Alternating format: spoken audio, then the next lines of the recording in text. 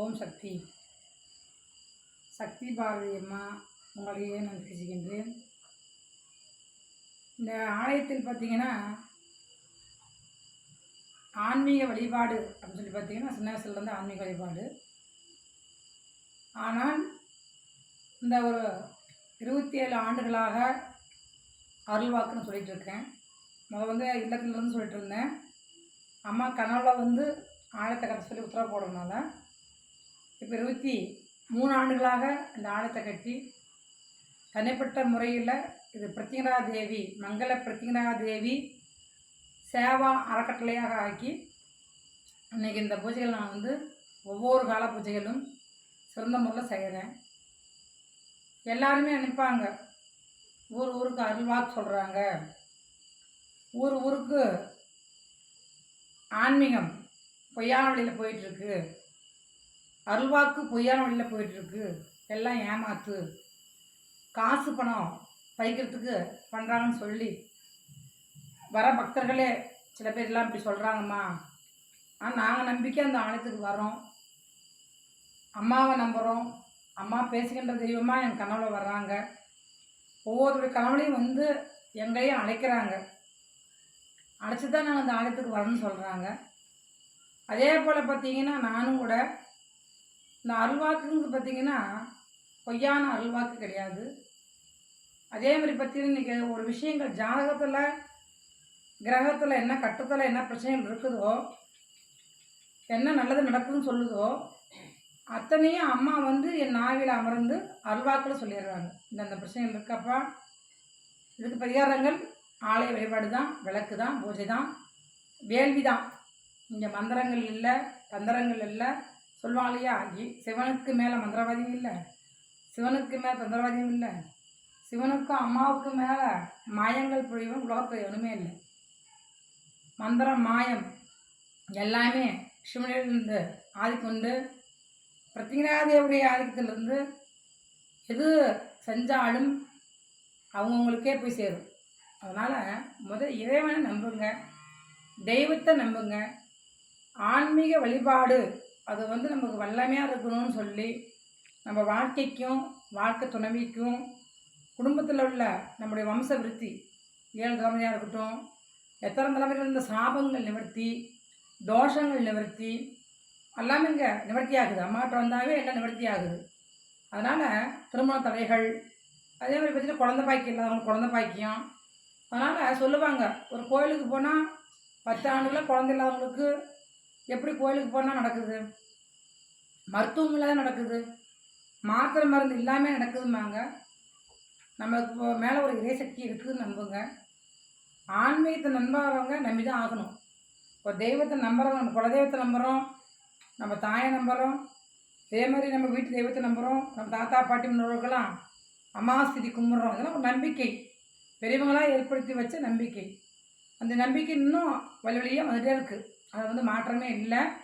அந்த கருமம் திதி, அமாவாசை திதி கொடுப்பது பெரியவங்களுக்கு செத்தவங்களுக்கு இதெல்லாம் நம்ம பண்ணிட்டு தான் இருக்கிறோம். அதனால் எதுவுமே பொய்யா போகலை. நம்ம தமிழர்கள் பொய்யா போக எதுவுமே இல்லை. இன்னும் ஆன்மீகம் மக்களிடையே அதிகமாக தான் ஆகிட்டுருக்கு. முதலாம் பார்த்திங்கன்னா பிரதோஷ காலமெல்லாம் அதிகம் வழிபட மாட்டாங்க, திருவண்ணாமலை கிரிவலமெல்லாம் அதிகம் போக மாட்டாங்க. எனக்கு தெரிஞ்சு நான் போயிருக்கேன். எப்போனா ஒரு 30 வருஷத்துக்கு முன்னே நான் போனேன். அப்போ சின்னப்படியாக இருக்கும்போது போகல பார்த்திங்கன்னா கிரிவலம் போனேன். அப்போல்லாம் பார்த்திங்கன்னா அதிக பேர் இருக்க மாட்டாங்க. இப்போ பார்த்திங்கன்னா லட்சக்கணக்கான மக்கள் கும்பிடுறாங்க. அப்படின்னு ஆன்மீகங்கள் எல்லாம் பெருகுது. அது மாதிரி அருள்வாக்கும் அதே பேர் பெருகிறாங்க.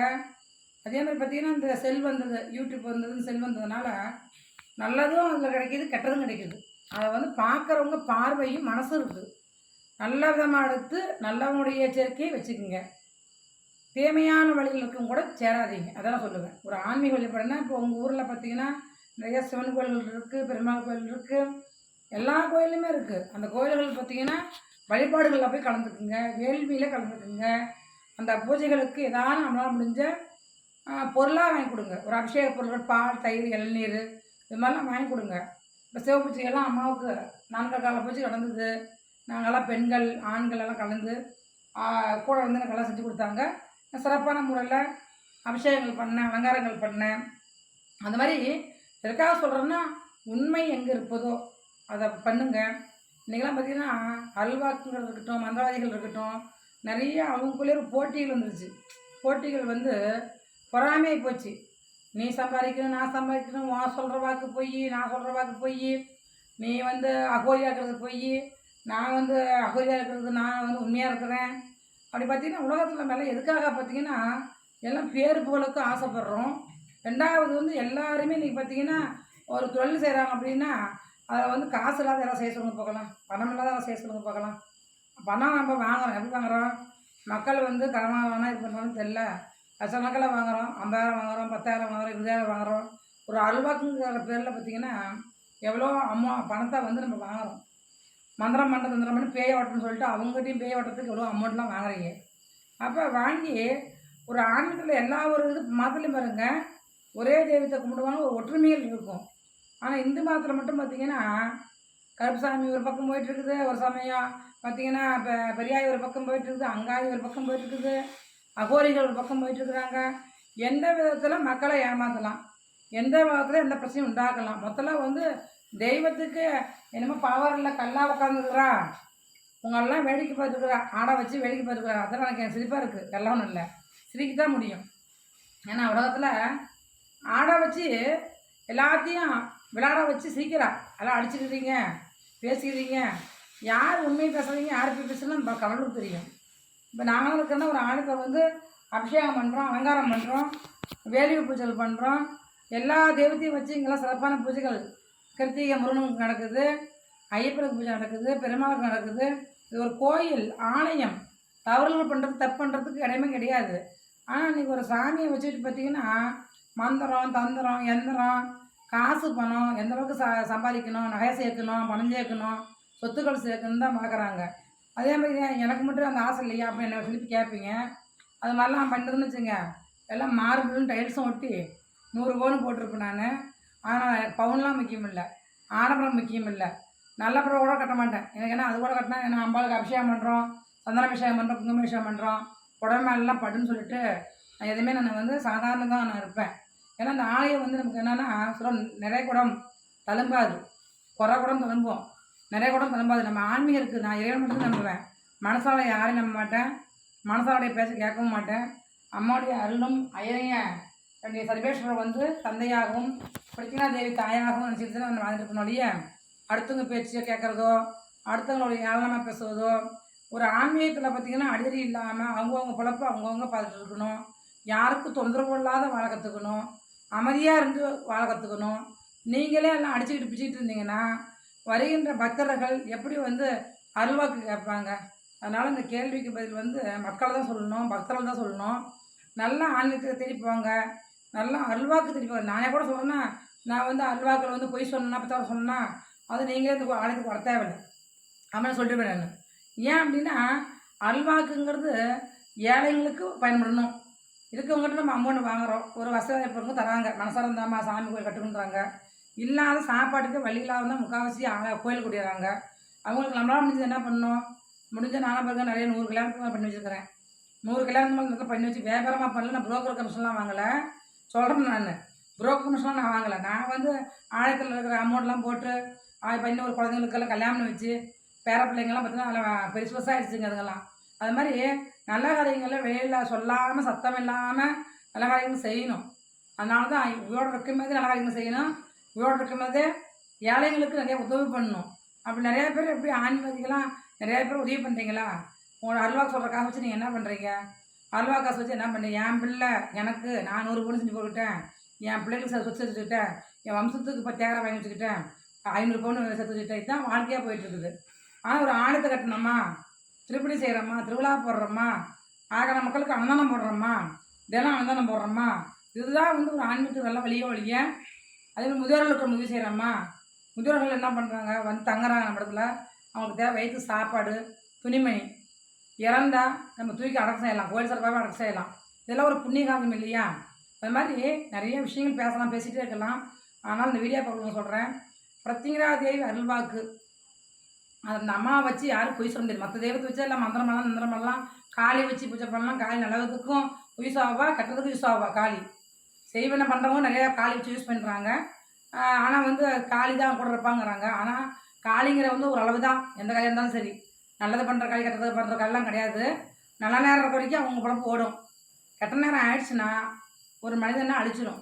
அதனால் இந்த வீடியோ பார்க்குறவங்க உண்மையான இடங்கள் எங்கே இருக்கோ, உண்மையான அல்வாக்கு எங்கே சொல்கிறாங்களோ, உண்மையான ஆன்மீகம் எங்கே இருக்குதோ போங்க. நான் அன்னைக்கு சொல்கிறேன் வீடியோவில், இன்றைக்கி சொல்கிறேன். ஆட்டு மந்த மாதிரி நம்ம இருக்காதீங்க. ஆட்டு மந்த மாதிரி இருந்தீங்கன்னா கூட்டமாக போய் குமிஞ்சிங்கன்னா அது வந்து யாருக்கு லாபம்னு பார்த்தீங்கன்னா மந்திரவாதி செய்கிறவங்களுக்கும் தந்திரங்கள் செய்கிறவங்களுக்கு தான் அவங்க லாபம் ஒழிய நீங்கள் வந்து ஆன்மீகத்தை இழக்கிறீங்க, உண்மையான தெய்வத்தை இழக்கிறீங்க. உங்கள்கிட்ட இருக்கிற தெய்வம் உங்களை விட்டு போயிடுது. நம்ம ஒரு கோயிலுக்கு போனால் தெய்வங்கள் இன்னும் சேரும் சொல்லுவாங்க இல்லையா? கஷ்டப்பட்டால் தான் வாழ்க்கையில் முன்னேற முடியும். 1ஆவதுலேருந்து எல்கேஜிலேருந்து படித்தா தான் அந்த நம்ம டிகிரி போட முடியும். ஆன்மீகம் அப்படி தான். இப்போலாம் பார்த்தீங்கன்னா நிறைய பேர் ஒன்றுக்கொன்னே ஆன்மீகம், 2 வருஷத்தில் ஆன்மீகம், 1 வருஷத்தில் ஆன்மீகம், 5 மாதத்தில் ஆன்மீகத்துக்கு தான் நிறையா வராங்க. அது வந்து எதில் போய் முடியுதோ தெரியல. ஆனால் நாங்களாம் வந்து பார்த்திங்கன்னா ஆரம்பத்துலேருந்தே ஒரு ஆலயத்தை கட்டி, சின்ன வயசுலேருந்தே ஆலயத்தை கட்டி இன்றைக்கி அல்வா சொல்லிக்கிட்டு மக்களே இருக்கவங்களே எங்களாலே வந்து சில விஷயங்கள் இப்படிலாம் வெளியில் நடக்கிறத பார்த்தா எங்களுக்கெல்லாம் அசிங்கமாக இருக்குது. உண்மையாலுமே அசிங்கமாக தான் இருக்குது. நம்மளோட கோயில் வச்சு அதை பற்றி நல்ல விதமாக ஒரு குருவாக இருந்து ஒரு அல்வா சொல்லுவோம். காசுக்காக வாழணும் நினைக்கல. அவங்களுக்கு குளிர்ச்சியை வாங்கி ஒரு திருப்பி செய்யலாம்னு எடுத்து நாங்கள் வர மொழியை யாரையும் அடித்தோ கண்டிஷன் பண்ணியோ பிரச்சனை தீர்ந்தவங்க எங்கள் ஆள் தான் பார்த்திங்கன்னா பிரச்சனை தீர்ந்தவங்க நடந்துக்கிறாங்க. நான் யார்ட்டையும் கடனும் வாங்க மாட்டேன். அவங்ககிட்ட முன்னே நான் காசும் கேட்க மாட்டேன். ஒரு கல்யாணம் நடந்துச்சுன்னா குழந்தை பாக்கி ஆயிடுச்சுன்னா கொண்டு போய் லட்சமாக கொண்டு போய் ஹாஸ்பிட்டல் செலவு பண்ணுறீங்க. ஒரு குழந்தை பாக்கி 10 வருஷம் வச்சு குழந்தை பாக்கி ஆயிடுச்சு. என்ன பண்ணாங்க? ஆண் குழந்தை பிறந்தவொடனே அவங்களே மனசை உருகி மனசில் ஆனந்த வேண்டி கொண்டு போய் ஹாஸ்பிட்டலில் கொண்டு போய் 2 லட்சம் கேட்டாங்க, 15 லட்சம் ஆச்சு. இங்கே வந்து நான் அம்மாவுக்கு வந்து சிவன் இல்லை சர்வேஸ்வரம் வாங்கிட்டேன்னு சொல்லிட்டு 2 லட்ச ரூபா போட்டு வாங்கி வச்சாங்க. அதுபோல் அவங்க பிரியப்பட்டு அம்மாவை செய்கிறாங்க. பாருங்க இந்த அமாவாசையை கூட பாருங்க, இந்த பீரா